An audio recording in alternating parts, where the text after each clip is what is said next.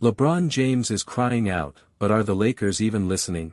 Did this topic interest you? Let's go to the news. He speaks Lakers. We are from the Lakers News Channel, and if you are a faithful fan of the biggest basketball team in the NBA and don't want to miss the development of this information, subscribe to the channel and like now, because we're following this and more news from Lakers and we'll be updating that ending firsthand. Come on Lakers, the four-time league MVP, who turns 38 later this week, is not quite the player he once was, but he is still a great one. And his calls for help are falling on deaf ears. Dallas, there was a time when LeBron James' words could send shockwaves through the league. It wasn't even that long ago. On February 3, 2018, James' Cleveland Cavaliers were humiliated, buried by the Houston Rockets by 32 points.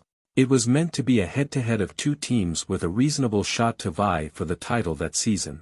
It highlighted Cleveland's shortcomings, especially with off-season additions Isaiah Thomas and Jay Crowder. In order not to miss the latest Lakers news firsthand, it is very important that you leave your like so that YouTube continues to share these news with you. Back to the video. We're 0-8 on national television, James told reporters at the time.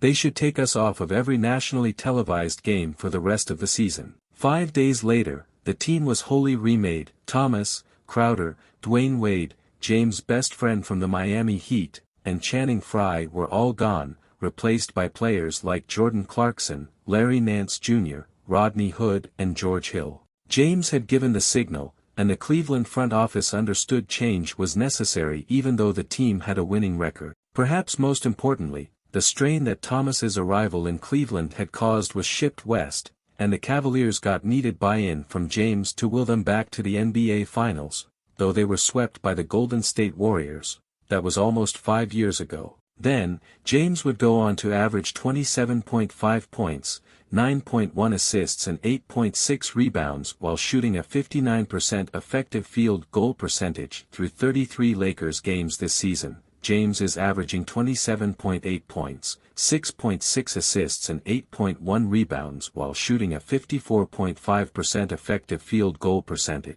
The four-time league MVP is not the player he once was, but he is still a great one. And his calls for help are falling on deaf ears. Leave your opinion in the comments because your opinion is very important. NBA icons, subscribe to the channel because I will update you with more news from this information anytime. A big hug.